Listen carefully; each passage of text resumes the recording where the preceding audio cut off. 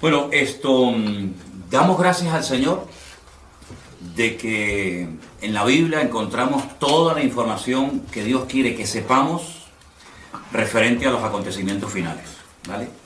Yo tengo encima de la mesa, me gustaría que me fueran, por ejemplo, pásame. Esta Biblia que yo tengo aquí, es una Biblia muy poco conocida, que se conoce como la Biblia de la profecía. Es una Biblia que es igual que todas las Biblias del mundo, evidentemente, pero es una Biblia que tiene estudios sobre temas proféticos y tiene muchísimos esquemas, muchísimas fotografías, muchísimos estudios, libro por libro, de todas y cada una de las profecías que aparecen en la Biblia.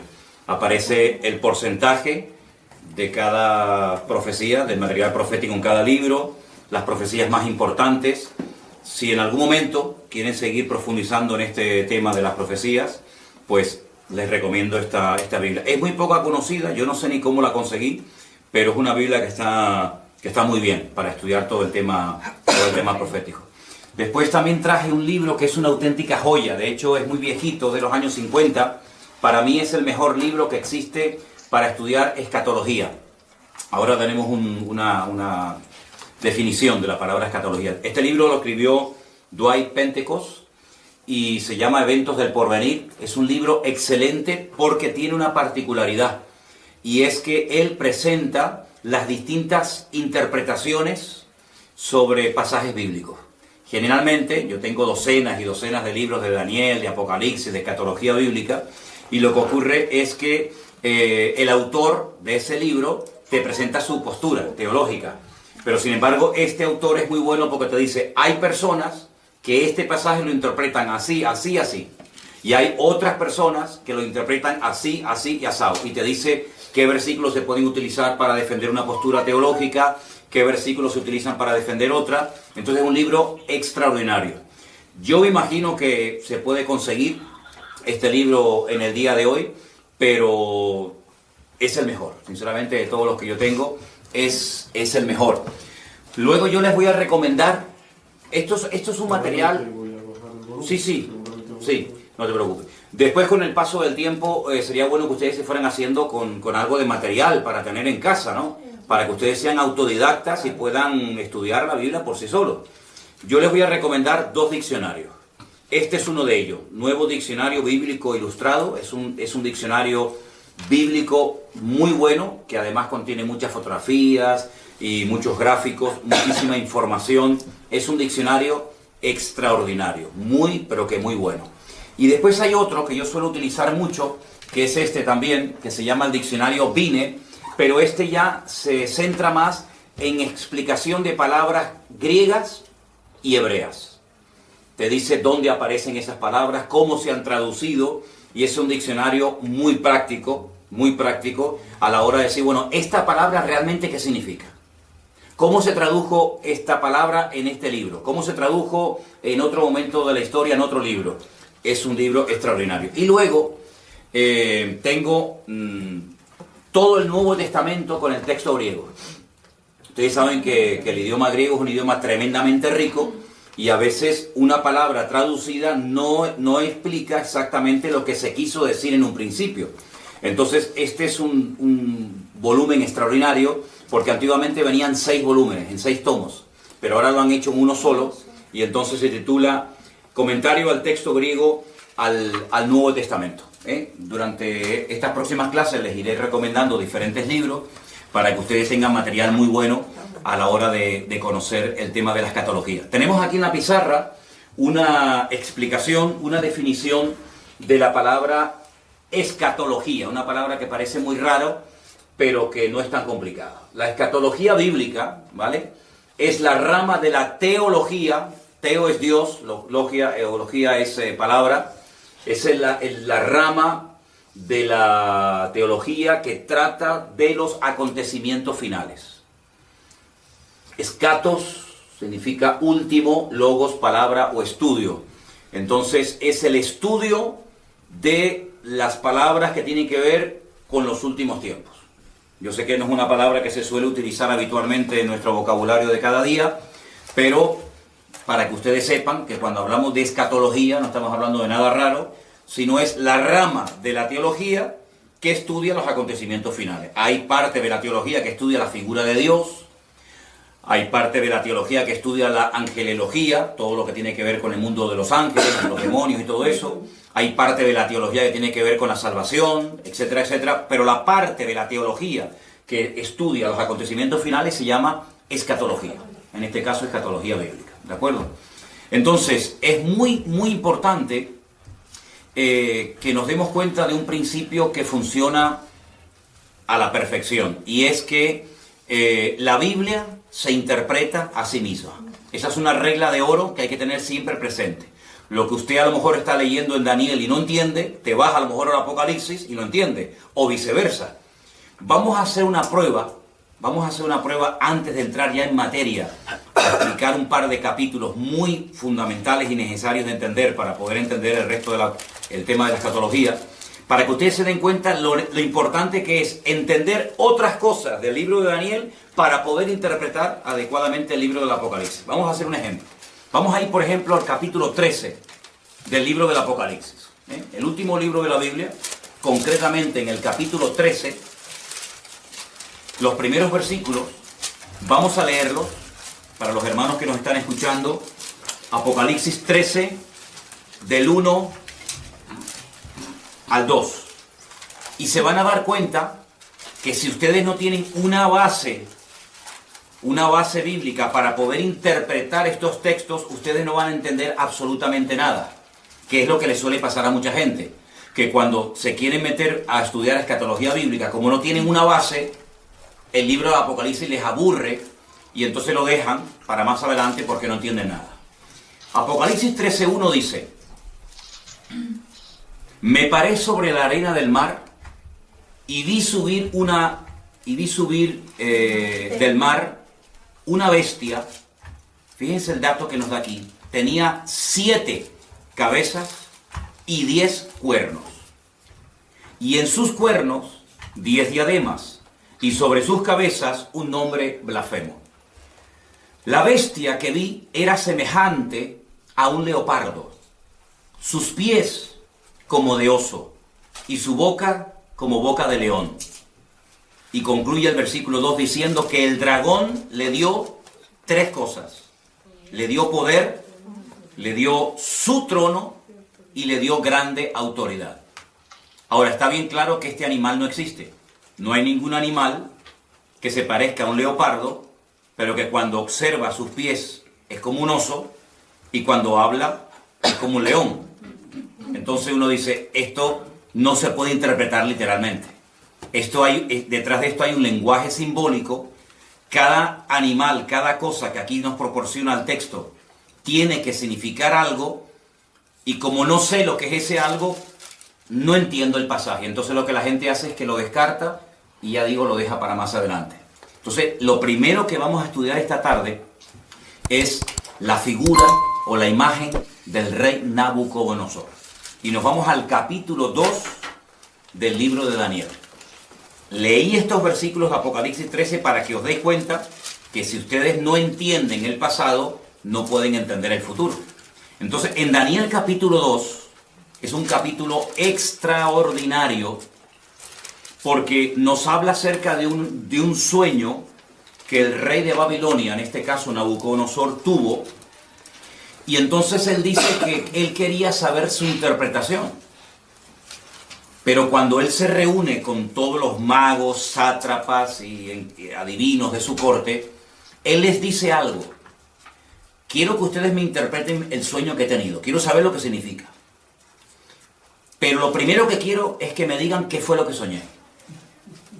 Y cuando yo vea que ustedes han sido capaces de contarme lo que yo soñé, entonces yo sabré que ustedes son capaces de interpretarme el sueño. Claro, esto nunca se había pedido.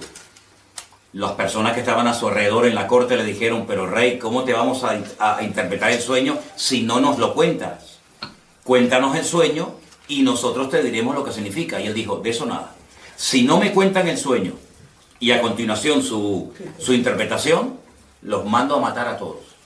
Daniel, que vivía en el palacio del rey Nabucodonosor, pidió tiempo. Dijo, bueno, dame tiempo, vamos a orar, a ver si el Señor me quiere interpretar o me quiere dar la interpretación y a continuación también el sueño que has tenido. Vamos a Daniel capítulo 2. Después de orar y de buscar al Señor intensamente en oración, el Señor le reveló a Daniel lo que había soñado y lo que significaba ese sueño. Estamos en Daniel capítulo 2, versículo 27. Daniel capítulo 2, versículo 27. El misterio que el rey demanda, ni sabios, ni astrólogos, ni magos, ni adivinos lo pueden revelar al rey. Así de claro. Esto es imposible. Porque jamás en la historia había ocurrido que un rey quiere que le cuenten primeramente el sueño y después la interpretación. Pero hay un Dios en los cielos, el cual revela los misterios, y él le ha hecho saber al rey Nabucodonosor lo que ha de acontecer en los postreros días. He aquí tu sueño y las visiones que has tenido en tu cama. Versículo 29. Estando tú, oh rey, en tu cama, te vinieron pensamientos por saber lo que había de ser en lo porvenir.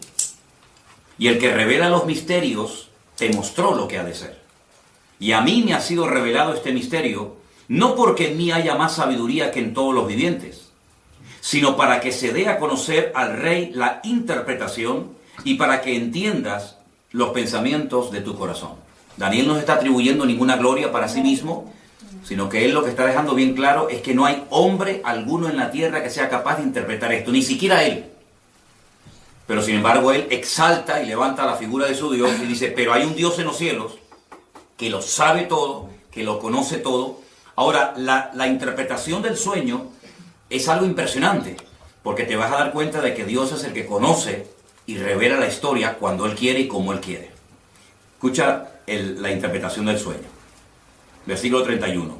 Tú, oh rey, veías, y aquí una gran imagen, esta imagen que era muy grande y cuya gloria era muy sublime, estaba en pie delante de ti, y su aspecto era terrible. La cabeza de esta imagen era de oro fino, solo la cabeza, su pecho y sus brazos de plata, su vientre y sus muslos de bronce, sus piernas de hierro, sus pies en parte de hierro y en parte de barro cocido. Estabas mirando hasta que una piedra fue cortada no con mano e hirió a la imagen en sus pies de hierro y de barro cocido y los desmenuzó. Entonces fueron desmenuzados también el hierro, el barro cocido, el bronce, la plata y el oro, y fueron como tamo de las eras de verano. Y se los llevó el viento sin que de ellos quedara rastro alguno. Mas la piedra que hirió a la imagen fue hecha un gran monte que llenó toda la tierra.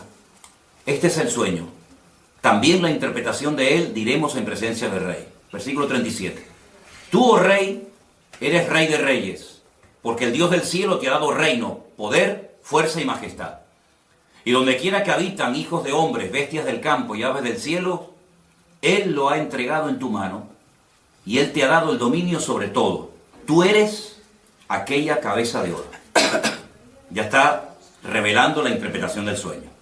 Después de ti se levantará otro reino inferior al tuyo, y luego un tercer reino de bronce, el cual dominará sobre toda la tierra.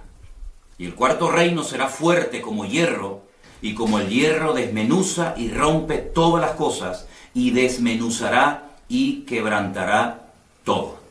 Y lo que viste de los pies y los dedos, en parte de barro cocido de alfarero y en parte de hierro, será un reino dividido, mas habrá en él algo de la fuerza del hierro, así como viste hierro mezclado con barro cocido. Y por ser los dedos de los pies en parte de hierro y en parte de barro cocido, el reino será en parte fuerte y en parte frágil. Así como viste el hierro mezclado con barro, se mezclarán por medio de alianzas humanas, pero no se unirán el uno al otro, como el hierro no se mezcla con el barro. Y en los días de estos reyes, el Dios del cielo levantará un reino que no será jamás destruido, ni será el reino dejado a otro pueblo. Desmenuzará y consumirá todos estos reinos, pero Él permanecerá para siempre. Y de la manera que viste que del monte fue cortada una piedra, no con mano, la cual desmenuzó el hierro, el bronce, el barro, la plata y el oro, El gran Dios ha mostrado al rey lo que ha de acontecer en lo porvenir, y el sueño es verdadero y fiel su interpretación. Claro, ante semejante revelación, este rey soberbio, que era el que gobernaba la tierra en aquel momento, dice que se postró sobre su rostro, se humilló ante Daniel y mandó que le ofrecieran presentes e inciensos. Es decir, vamos a ver, es que lo que Nabucodonosor está viendo es espectacular, porque si tú has sido capaz, por el poder de tu Dios, de recibir la revelación del sueño que yo he tenido, yo no tengo ninguna duda de que lo que tú me has interpretado es verdad. Es decir, la credibilidad que tú tienes a la hora de interpretarme el sueño te la da el hecho de que primero me has contado el sueño. Y esto es algo realmente descomunal. Ahora, tenemos aquí, lo íbamos a poner en la pantalla, pero nos falló a última hora el proyector. Tenemos aquí una imagen muy interesante de lo que soñó el rey Nabucodonosor. Ustedes pueden comprobar aquí la imagen, que está compuesta por 4 materiales diferentes. Tenemos la cabeza de oro, el pecho y los brazos de plata, el vientre y los muslos de bronce. Fíjense que va de mayor categoría a inferior, y las piernas de hierro y los pies mezclados hierro y barro. Aquí, a este lado, tienen ustedes el nombre del imperio que representa o simboliza cada uno de estos materiales. El oro, recuerden esto, representa el imperio babilónico, que duró desde el 607 hasta el 539 antes de Cristo. Ese reino lo conoció Daniel, porque era el reino en el cual él vivía en aquel tiempo. Este fue el reino que atacó Jerusalén, que destruyó el templo, que se llevó cautivos a miles y a miles de personas, uno de ellos Daniel, ¿verdad? Y ese fue el reino que estaba en ese momento gobernando el mundo. Pero la profecía o la interpretación del sueño profético decía que cuando este reino cayera, porque no era un rey eterno, se levantaría otro reino. Y fíjense que como tiene 2 brazos, nos habla acerca de 2 naciones diferentes, los medos persas. Y este reino fue desde el 539 hasta el 531 después de Cristo. Los medos persas. Los persas hoy en día siguen existiendo bajo el nombre de Irán. Los iraníes son persas. Y los medos no tienen tierra y serían hoy en día los famosos kurdos. Los kurdos, los que están siempre tratando de reclamar un trocito de tierra para ellos. Y esto, cuando tú miras atrás, claro, para Daniel esto era profético, esto no se había dado. Esto era, bueno, vamos a ver si esto es verdad. Pero tú sabes perfectamente que cuando miras atrás, no solamente porque la Biblia lo dice, sino porque la historia secular lo corrobora, efectivamente. Todo el mundo sabe que después de la caída del imperio babilónico, se levantaron y gobernaron muchas naciones de la tierra durante mucho tiempo, los medos persas. Pero ese imperio, que también lo conoció Daniel, pues cayó y se levantó un tercer imperio que lógicamente ya Daniel no pudo conocer, porque si no, este hombre ¿cuántos años va a tener? ¿Ve? Este imperio, que era el imperio de los griegos, del cual habla mucho la Biblia en el libro de Daniel, iría desde el 331 hasta el 168 antes de Cristo, y está representado por el vientre y los muslos de bronce, ¿vale? Y el rey más famoso de este imperio, sin lugar a dudas, fue Alejandro Magno, del cual indirectamente también habla la Biblia, y lo vais a ver en otras profecías, en otros capítulos del libro de Daniel. Pero el imperio... Perdón, ¿de sí. bronce o de cobre? ¿Perdón? ¿De bronce o de cobre? De bronce.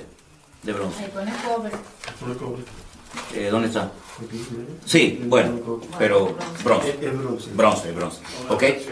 Ese imperio, aunque fue un imperio muy importante que ejerció una influencia tremenda, prueba de ello es que el Nuevo Testamento se escribió en el idioma de esta gente, en el idioma de los griegos, ¿vale?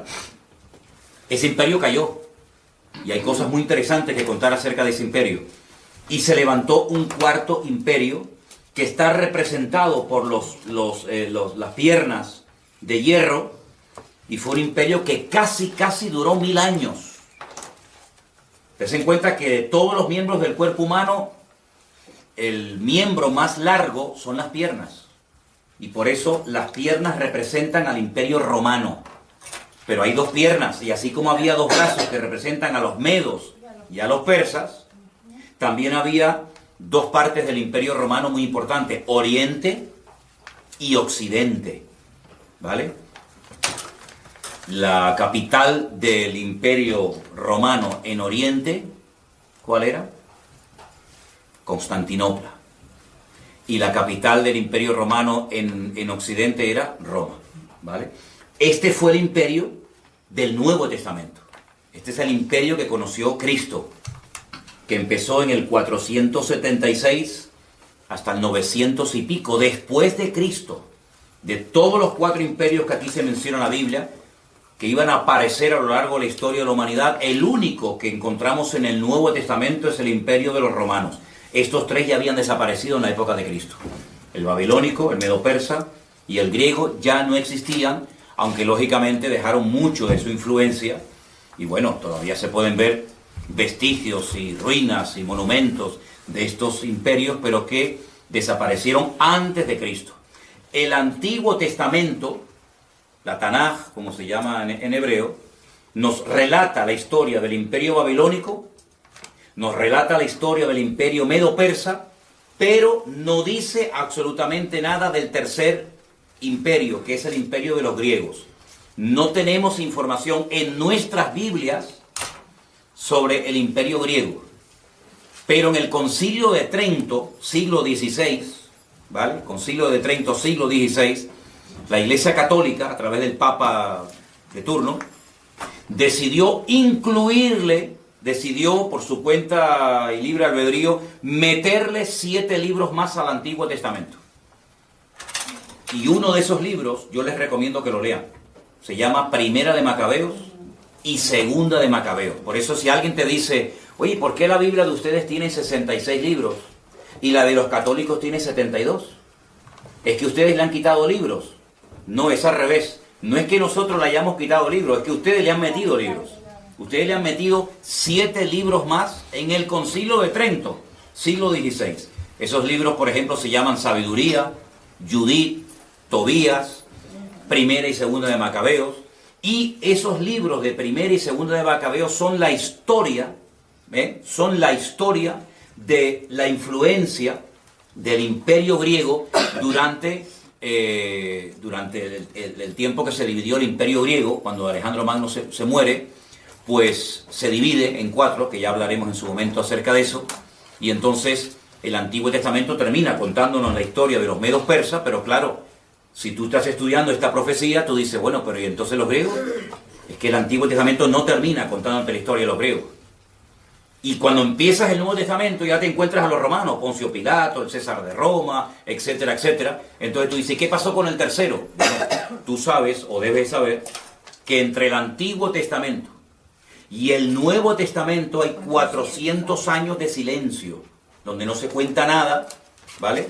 Y entonces por eso los griegos no aparecen en el Antiguo Testamento, pero estaba profetizado por el Señor de que habría un tercer imperio llamado el imperio de los griegos, de los macedonios, ¿de acuerdo? Entonces lo que tienen que aprenderse sí o sí de memoria, y no es tan complicado, son 8 palabras: oro, plata, bronce y hierro. Mira qué fácil. Oro, plata, bronce y hierro. Babilonia, Medo-Persia, Grecia y Roma. Ya está. Con esos 4 materiales, ustedes saben que la interpretación del sueño del rey Nabucodonosor consistía en revelarle al rey Nabucodonosor la historia de 4 imperios que tendrían mucho que ver con el pueblo de Dios, tanto en el Antiguo como en el Nuevo Testamento. Podríamos contar cientos de cosas de cada uno de los imperios. Por ejemplo, este imperio, el babilónico, fue el que destruyó el primer templo, por ejemplo, ¿vale? Fue el segundo imperio de los medos persas el que permitió la reconstrucción del segundo templo, por ejemplo, ¿verdad? Ahí está, en este segundo periodo, en este segundo templo, está la historia del famoso libro de Esther, donde está Asuero, donde está el rey Artajerjes, el rey Darío, ¿vale? El rey Ciro. Todo eso ocurre bajo el gobierno de los medos persas, el segundo imperio que hubo, ¿vale? Hay muchas cosas que se pueden contar acerca de cada uno de estos imperios. Fue el cuarto imperio el que, por así decirlo, inventó el sistema de muerte más despiadado y humillante del mundo, que es la crucifixión, y era el que estaba profetizado que emplearían con la figura de Cristo. Por eso el Mesías no podía haber nacido antes del Imperio Romano, porque prácticamente no existía la crucifixión, ¿vale? Fue el Imperio griego, con su cultura y su filosofía y su idioma tremendamente rico, el que utilizó el Señor para la traducción de la Biblia por primera vez. La primera vez que se tradujo la Biblia, el Antiguo Testamento, ¿vale? El Nuevo Testamento aún no estaba escrito, fue en el idioma griego. Y esa versión se conoce como la versión o la Biblia de la Septuaginta. Porque se llevaron a 70 intérpretes de la Biblia a la ciudad de Alejandría y allí se les pidió que tradujeran la Biblia. Y esa primera traducción se llamó la Biblia de la Septuaginta. ¿De acuerdo? Ahora bien, esta imagen fue un sueño que tuvo el rey Nabucodonosor. Ahora pueden entender ustedes la soberbia de este rey cuando le dice Daniel: tu reino es solamente la cabeza de oro. Pero cuando tu reino caiga, se levantará un segundo, un tercer y un cuarto imperio.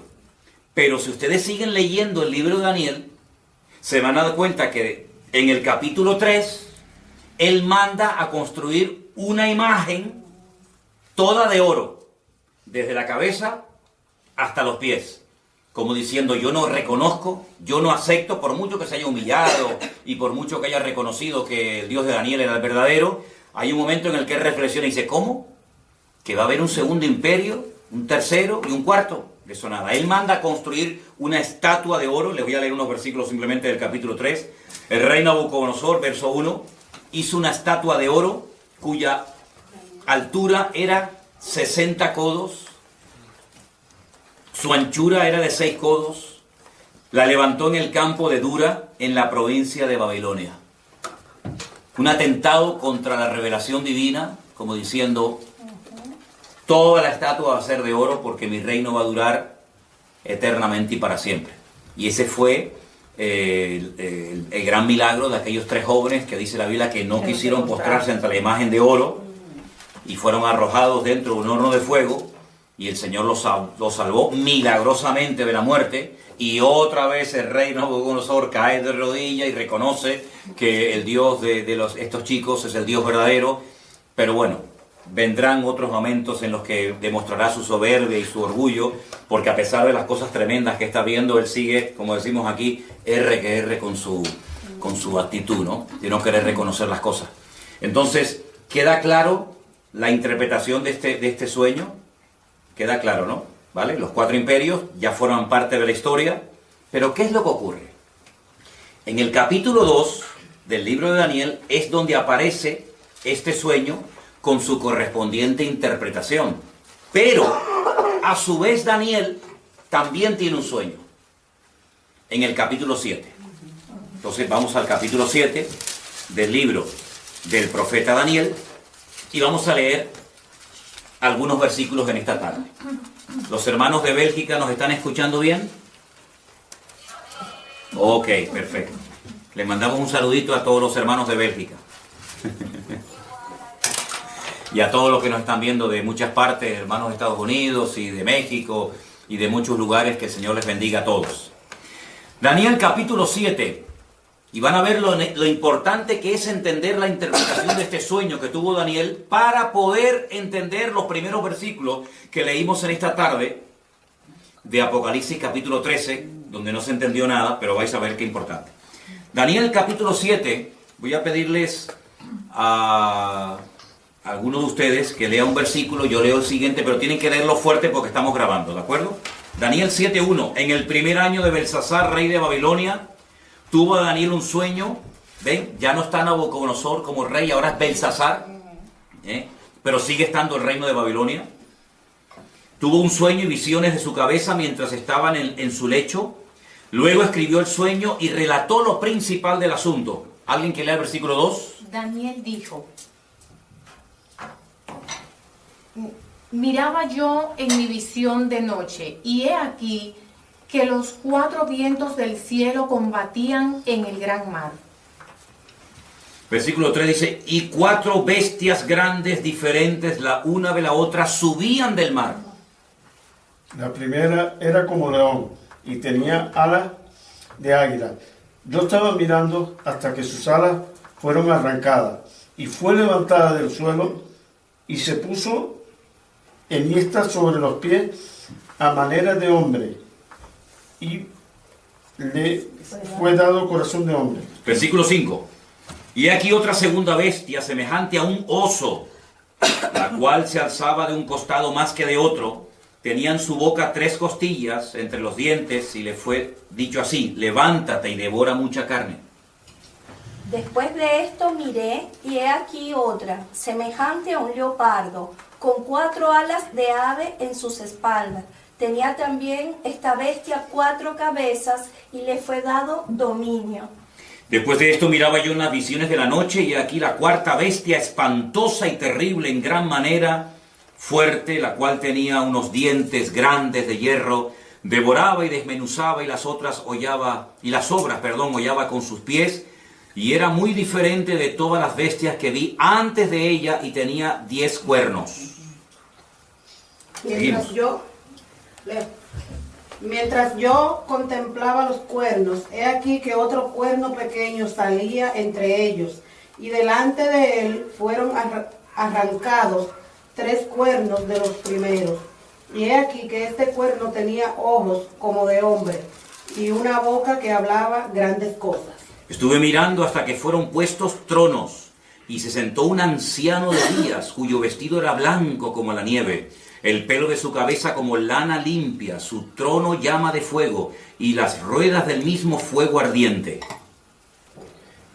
Un río de fuego procedía y salía de delante de él. Millares de millares le servían, y millones de millones asistían delante de él. El juez se sentó, y los libros fueron abiertos. Yo entonces miraba a causa del sonido de las grandes palabras que hablaba el cuerno, miraba hasta que mataron a la bestia, y su cuerpo fue destrozado y entregado para ser quemado en el fuego. Había también quitado a las otras bestias su dominio, pero les había sido prolongada la vida hasta cierto tiempo. Estamos en el versículo, 13. ahora el 13. Miraba yo en la visión de la noche, y aquí con las nubes del cielo venía uno como hijo de hombre, que vino hasta el anciano de días, y le hicieron acercarse delante de él. Y le fue dado dominio, gloria y reino, para que todos los pueblos, naciones y lenguas lo sirvieran. Su dominio es dominio eterno, que nunca pasará, y su reino es uno que nunca será destruido. Se me turbó el espíritu a mí, Daniel, en medio de mi cuerpo, y las visiones de mi cabeza me asombraron. Me acerqué a uno de los que asistían y le pregunté la verdad acerca de todo esto, y me habló y me hizo conocer la interpretación de las cosas. Escuchen, estas 4 grandes bestias son 4 reyes que se levantarán en la tierra. Primer dato interesante, verso 18. Después recibirán el reino los santos del Altísimo, y poseerán el reino hasta el siglo, eternamente y para siempre. Entonces tuve deseo de saber la verdad acerca de la 4ª bestia, que era tan diferente de todas las otras. Espantosa en gran manera, tenía dientes de hierro, uñas de bronce, que devoraba y desmenuzaba, y las sobras hollaba con sus pies. Asimismo, acerca de los 10 cuernos que tenía en su cabeza, y del otro que le había salido, delante del cual habían caído 3, y este mismo cuerno tenía ojos y boca que hablaba grandes cosas, y parecía más grande que sus compañeros. Y veía yo que este cuerno hacía guerra contra los santos y los vencía. Hasta que el anciano vino y se hizo justicia a los santos del Altísimo. Y llegó el tiempo y los santos recibieron el reino. Podríamos seguir leyendo todo el resto del capítulo, que no tiene desperdicio, y creo que es bueno que lo leamos, porque lo que más le llamó la atención a Daniel fue la 4ª bestia, sobre todo, ¿no? Dice que la 4ª bestia será un 4º reino en la tierra, el cual será diferente de todos los otros reinos, y a toda la tierra devorará, trillará y desmenuzará. Despedazará, perdón. Y los 10 cuernos significan que de aquel reino se levantarán 10 reyes, y tras ellos se levantará otro, el cual será diferente de los primeros, y 3 reyes derribará. Y hablará palabras contra el Altísimo, y a los santos del Altísimo quebrantará, y pensará en cambiar los tiempos y la ley, y serán entregados en su mano hasta tiempo, tiempos y medio tiempo. Pero se sentará el juez y le quitarán su dominio para que sea destruido y arruinado hasta el fin. Y que el reino y el dominio y la majestad de los reinos debajo de todo el cielo sea dado al pueblo de los santos del Altísimo, cuyo reino es reino eterno, y todos los dominios le servirán y le obedecerán. Aquí fue el fin de sus palabras. En cuanto a mí, Daniel, mis pensamientos me turbaron y mi rostro se demudó, pero guardé el asunto en mi corazón. Tremendo las visiones y los sueños que esta gente tenía, ¿verdad? Ya el primer sueño del rey Nabucodonosor quedó interpretado. Ahora vamos a interpretar, vamos a decir qué es lo que significan estas 4 bestias que ustedes tienen aquí en la imagen. No sé si se verán bien, porque depende de donde estén sentados, se ve mejor o peor. Primer animal que vio Daniel, un león con alas. Un león con alas. Segundo animal que ve, un oso con 3 costillas en la boca y dice que está apoyado sobre una pierna más que de otro. Luego, ahí hay una falta de estabilidad tremenda.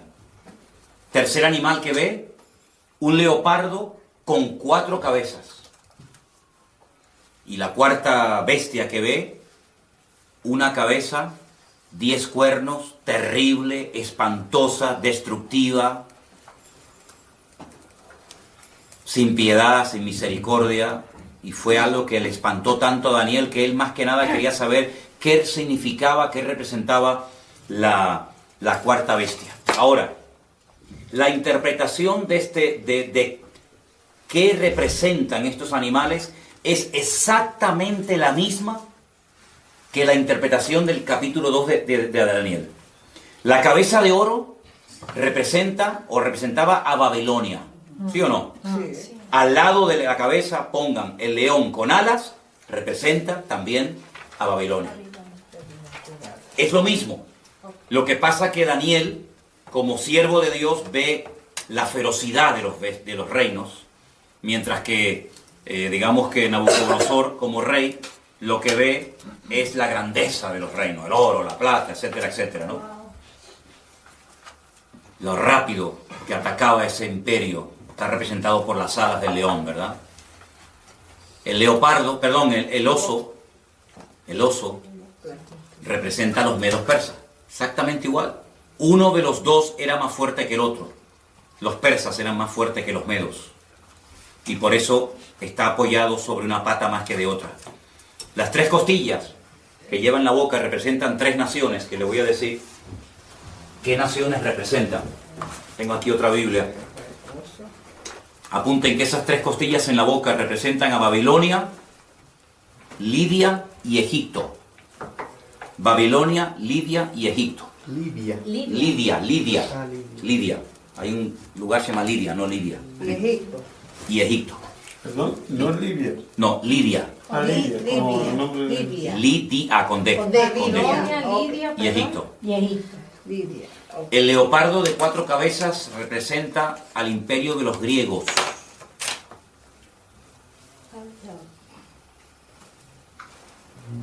El imperio de los griegos. Tengo que ponerle aquí al móvil batería, porque si no, no me voy a quedar sin batería. Un dato que les quiero dar, y apúntelo porque es muy importante tener en cuenta a la hora de querer interpretar correctamente la profecía. Las cabezas son imperios y los cuernos son naciones. Eso es un dato muy importante que tienen que tener en cuenta si quieren interpretar lo que es el tema profético. Las cabezas siempre son reinos y los cuernos, naciones o pueblos, ¿vale? ¿Ok? Y la cuarta bestia representa a Roma, el imperio romano. La de los 10 cuernos. 10 cuernos, pero una cabeza. Una cabeza. Esa misma bestia la van a ver en el Apocalipsis con los 10 cuernos, pero con 7 cabezas, en vez de con una. ¿Vale? Ya explicarán por qué. Representa a Roma. A Roma. Pero no se olviden que la Biblia dice que de esa bestia, o de ese territorio que ocupó esa bestia de Roma, saldrán 10 cuernos, 10 naciones. Y de esas 10 cuernos sale uno, que es lo que llaman el cuerno pequeño, que hablaba blasfemias contra los santos del Altísimo, que le hacía guerra a los santos del Altísimo y los vencía. Ahora, en ese momento, los santos del Altísimo no eran los cristianos. La iglesia ni existía. La iglesia ni había nacido. Estamos cientos de años antes de Cristo, ¿vale? Por lo tanto, está haciendo una referencia directa a los ataques que recibirían los santos en aquel momento, que era el pueblo de Israel, ¿vale? Para saber ubicar cada cosa en su sitio. Entonces tenemos que el oro y el león con alas es Babilonia. Es lo mismo, pero visto desde 2 puntos de vista diferentes. Uno como estadista, que es lo que era el rey Nabucodonosor, otro como profeta. El oso es medo-persa, exactamente igual que la plata del pecho y lo de los brazos. El bronce, que representa a los griegos, está representado por el leopardo de 4 cabezas. ¿Por qué? Porque cuando muere Alejandro Magno, su imperio se divide en 4. Apunten estos 4 nombres, son un nombre un poquito raro, pero es bueno que los anoten. Lisimaco, Seleuco, Ptolomeo y Casandro. Lisimaco, repito, sí, voy despacio, perdón. Lisimaco, me hacen así los hermanos, me hacen así. Lisimaco, Seleuco, Ptolomeo y Casandro. ¿Eso qué era? Eso eran los 4 generales que se repartieron el territorio que le perteneció a Alejandro Magno, que muere a la edad de 30 años cuando él intenta reconstruir la ciudad de Babilonia. ¿Ok? ¿Puedes repetir el tercero? A ver. Ptolomeo. Ptolomeo, Casandro, Seleuco, Silimaco, sí, pero Ptolomeo, Casandro, Seleuco y Lisimaco.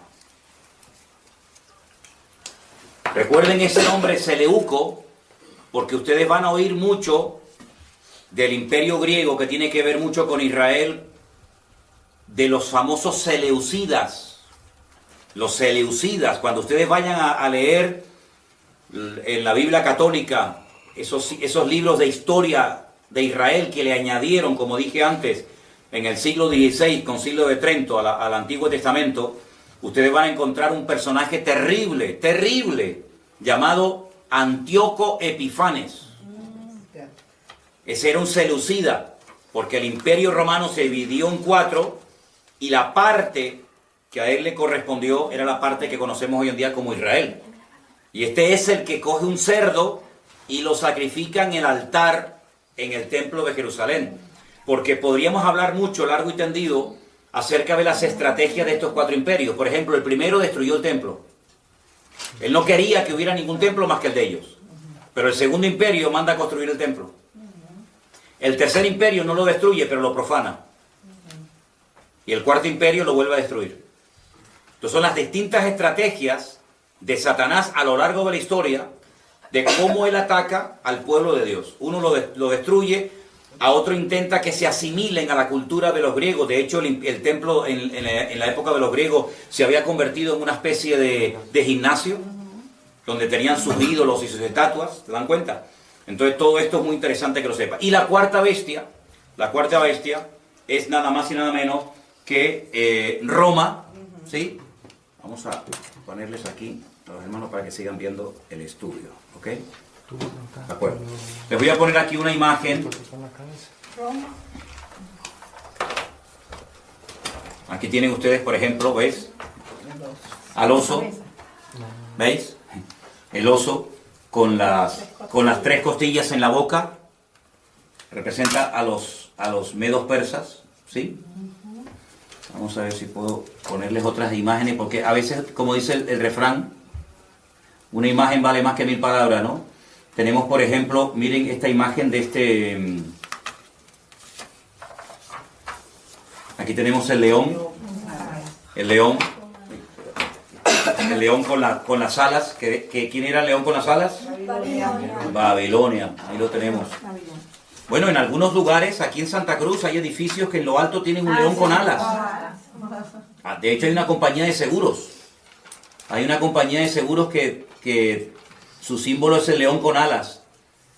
Y hay edificios de los antiguos masones en Santa Cruz de Tenerife que aparecen en las fachadas y en las azoteas leones con alas, porque se identifican con el imperio de Babilonia. La palabra Babilonia viene de Babel, que significa confusión. Esa famosa torre de Babel, allí se estaba construyendo. ¿Y cuál era la capital en aquel tiempo de esta gente?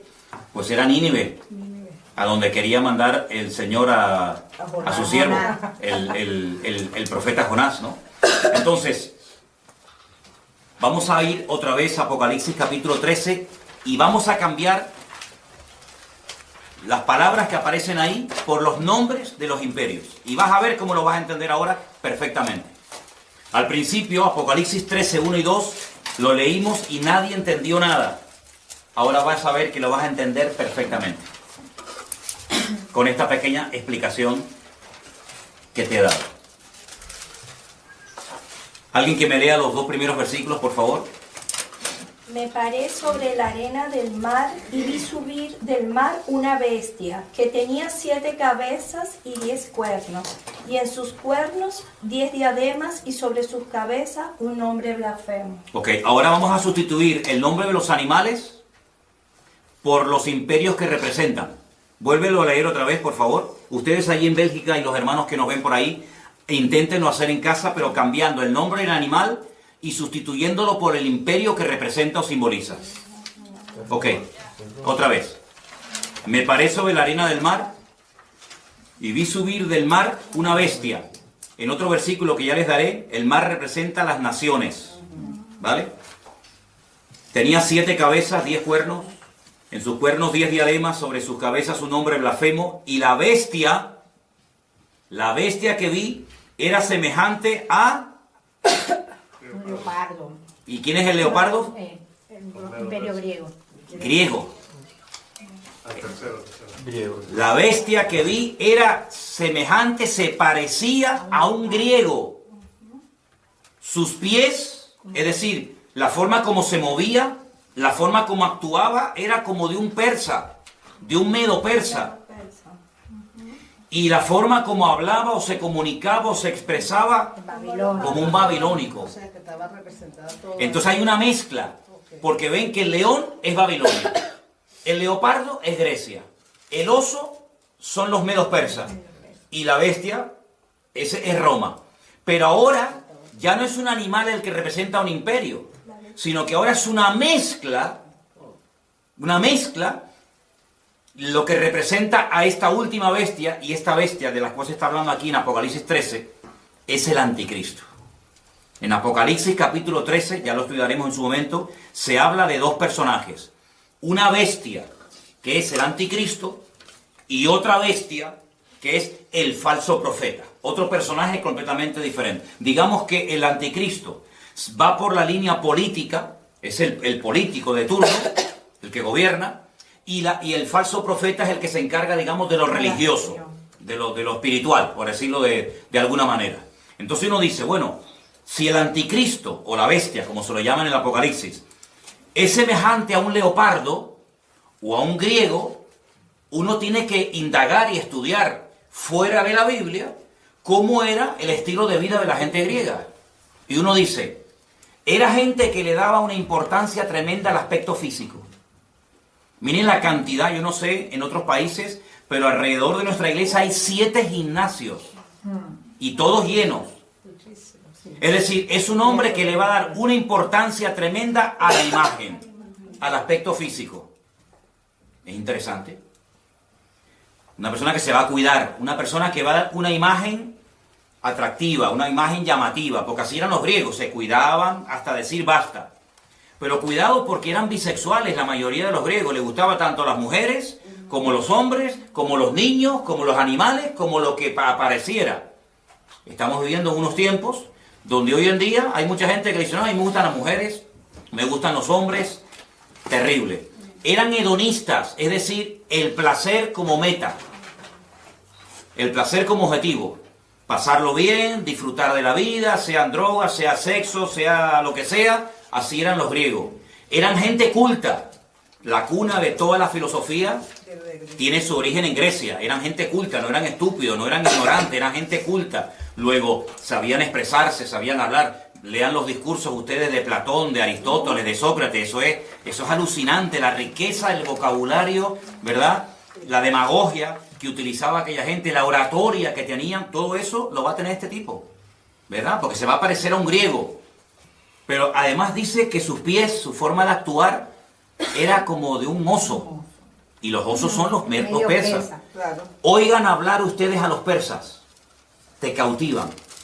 Hablan así, muy suave. Calmado. No es como los árabes que hablan muy brusco, muy cerrado, muy bruto el idioma, ¿no? El persa es muy suave en su forma de hablar, muy tranquilo, te cautiva. ¿No han visto los gatitos persas, lo lindos que son? Son así los persas, son cautivadores, son seductores, te atrapan, su forma de ser es impresionante.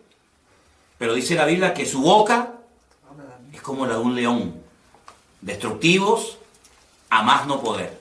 Entonces te das cuenta que es una mezcla de culturas, es una mezcla de pueblos, de influencias del pasado. Te das cuenta lo importante que es saber lo que significan los animales del Antiguo Testamento, claro. Porque si no, no te enteras a la hora de interpretar el Nuevo.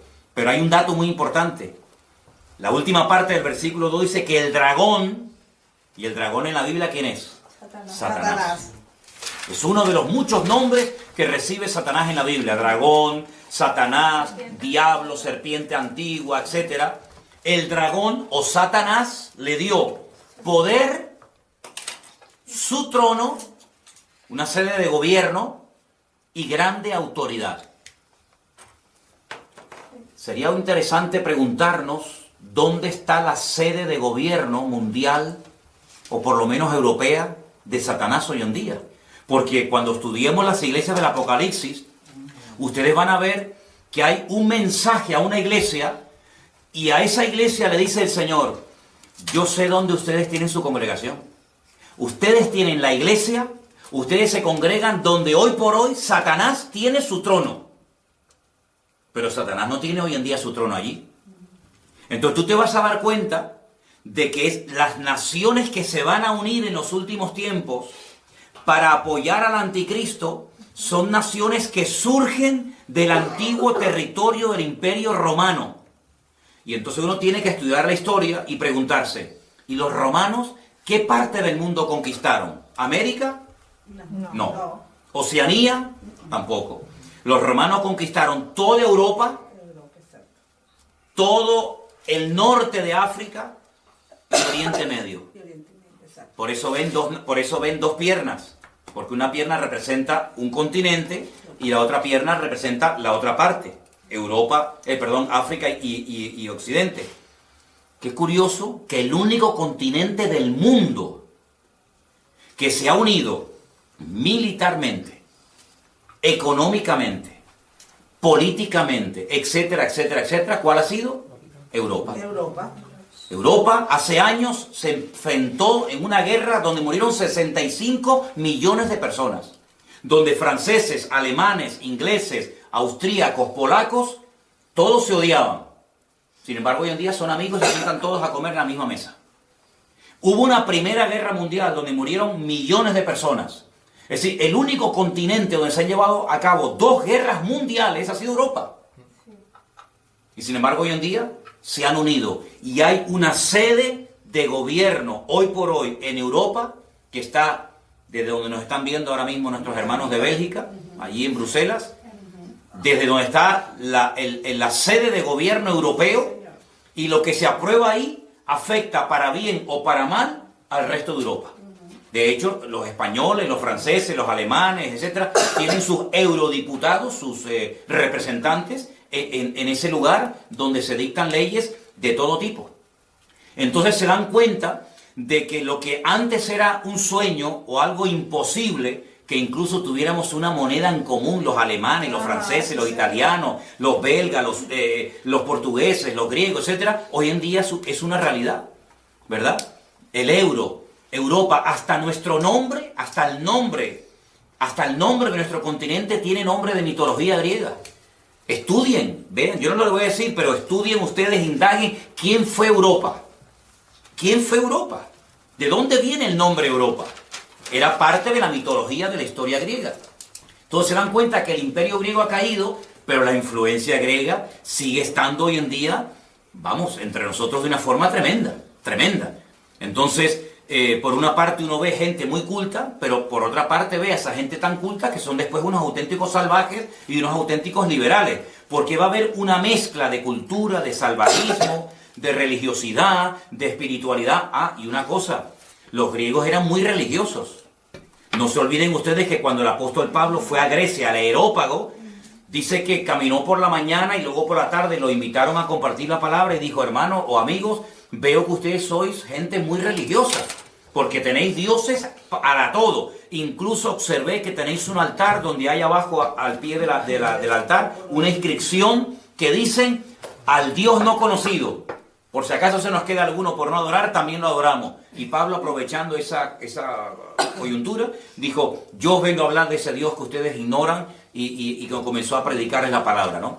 Entonces, vamos a estudiar en estas clases, paso a paso, cómo poder interpretar los capítulos del libro del Apocalipsis, pero antes de meternos a estudiar en profundidad los capítulos y los personajes, tenemos que tener las herramientas para interpretar. Ya sabemos interpretar los materiales. Si yo les digo la plata, los medos persas. El oro, Babilonia.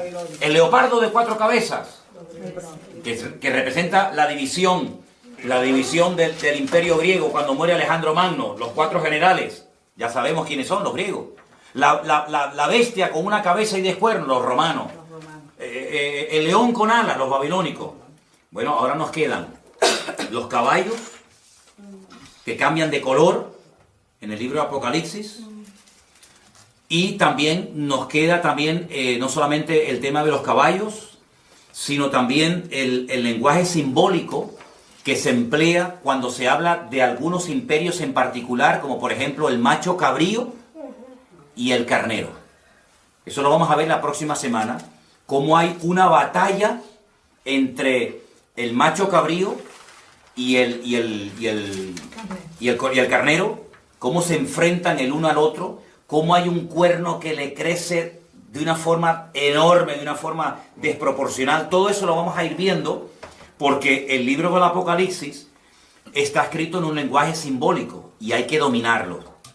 Pero luego una cosa que yo creo que es fundamental es, después, con toda esta información, saber poner cada pieza en su lugar. Es decir, todo el mundo ha oído hablar algo del anticristo, de la marca de la bestia, del falso profeta, de Armagedón, ¿vale? Ahora, con todas esas piezas, ¿dónde va cada una? ¿Qué es primero? ¿Los sellos, las copas, las trompetas, el caballo negro, el caballo blanco, el amarillo? ¿Qué va primero? ¿La marca de la bestia o el arrebatamiento de la iglesia? ¿Qué va segundo? ¿La gran tribulación? Todo eso hay que saber ponerlo en su sitio, y la próxima semana, Dios mediante, vamos a poner aquí en la pizarra, vamos a hacer por orden los acontecimientos. Vamos a dar algunos versículos, como mínimo 3 por cada acontecimiento, para que ustedes puedan demostrar, yo creo en esto, por esto, porque lo dice la Biblia, y aprendernos el orden y explicar cada uno de esos acontecimientos, ¿de acuerdo? Entonces, yo quiero darles lugar ahora para que si hay alguna pregunta de lo que yo he explicado esta tarde, que es básico y elemental para poder profundizar en otros textos de la Biblia, cualquier pregunta que tengan, la hagan ahora, que quede grabada, que también quede grabada la respuesta, y así de esa manera pues si algo no ha quedado lo suficientemente claro, que lo pregunten ahora, ¿de acuerdo? A ver, ¿alguien tiene alguna pregunta sobre el material que hemos dado en esta tarde? Por favor, con toda libertad, la pueden hacer ahora, ¿sí?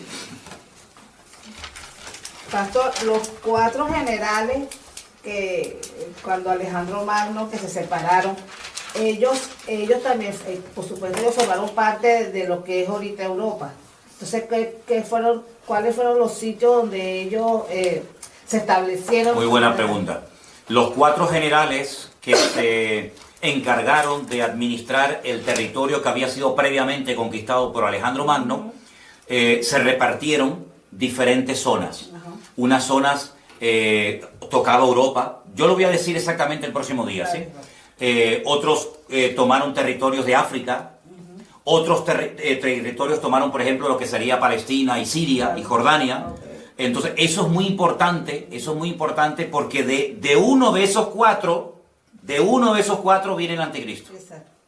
Y eso es muy importante porque nosotros tenemos que saber el anticristo, qué características como humano tiene. Yo sé que hay películas en Hollywood donde aparece Satanás teniendo relaciones sexuales con una mujer y nace el anticristo. Eso son películas.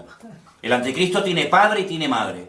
El anticristo es un político de carne y hueso que se dará a conocer, que tendrá un poder tremendo, una influencia tremenda a nivel mundial, que tendrá apoyo militar, apoyo económico, apoyo político de muchas naciones y que va a llevar en un principio a muchas naciones, digamos, a la prosperidad, a la abundancia, etcétera, pero que al final quebrantará todos los pactos y acuerdos y convenios que previamente había firmado y establecido, incluido uno con el pueblo de Israel, ¿verdad? Les traicionará y entonces se volverá el peor gobernante de todos los tiempos, con matanzas y con guerras y con injusticias tremendas, ¿no? Pero muy importante la pregunta que tú has hecho, porque tenemos que saber esos 4 generales qué territorio dominaban. Por eso dije antes los famosos seleucidas, sí. Los seleucidas, la famosa guerra de los asmoneos, la famosa guerra de los macabeos.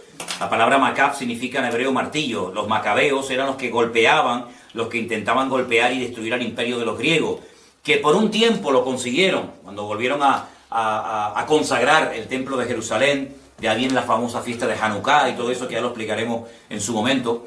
Pero la próxima semana te digo exactamente el territorio que ocuparon, ¿de acuerdo? ¿Alguna pregunta que ustedes quieren hacer? O los que me están viendo en directo quieren hacer alguna pregunta sobre la clase de hoy. Quiero que quede bien clara la interpretación, la explicación de Daniel 2 y Daniel 7. Por hoy, con eso, nos podemos dar por satisfechos. Y ya la próxima semana, si Dios quiere, estudiaremos las otras partes. Ahora, finalmente quiero mostrarles esta imagen, que ya es una mezcla de los diferentes imperios que ustedes ya conocen. Aquí está la bestia con los 10 cuernos. Ven que tiene algo del oso, ven que tiene algo del leopardo, ven que tiene algo del león. Es una forma simbólica de describir la naturaleza y la esencia de este personaje siniestro llamado el anticristo. ¿Vale? A través de figuras de animales te dice cómo es esta persona. ¿Vale? Dime. Sí, o sea, eso es el anticristo. Esto es simplemente una imagen, una representación de cómo va a ser. El anticristo es un ser humano. Con nombre, apellido, con pasaporte, con huellas digitales, con padre, con madre, todo. Lo que pasa, ¿cómo describir a ese personaje? ¿Cómo podemos describir su forma de actuar, su forma de pensar, su forma de reaccionar? Bueno, pues a través de aquellos animales que en el Antiguo Testamento representaban imperios que existieron, y entonces se hace una especie de mezcla de esos animales para describir cómo es su naturaleza como persona. ¿Sí? ¿Quedó claro? ¿Sí? ¿Ok? ¿Alguna pregunta más? La otra bestia y el dragón irán por separado, pero tendrán, claro, estarán interconexionados con... Totalmente. Con la misma... Sí, la primera bestia del Apocalipsis 13, que surge del mar, dice...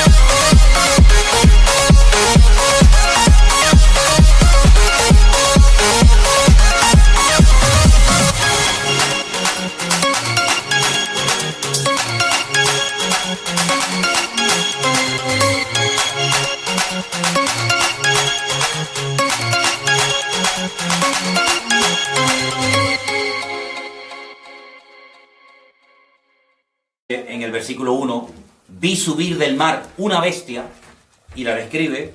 La otra, la del versículo 11, dice, después vi otra bestia que subía de la tierra.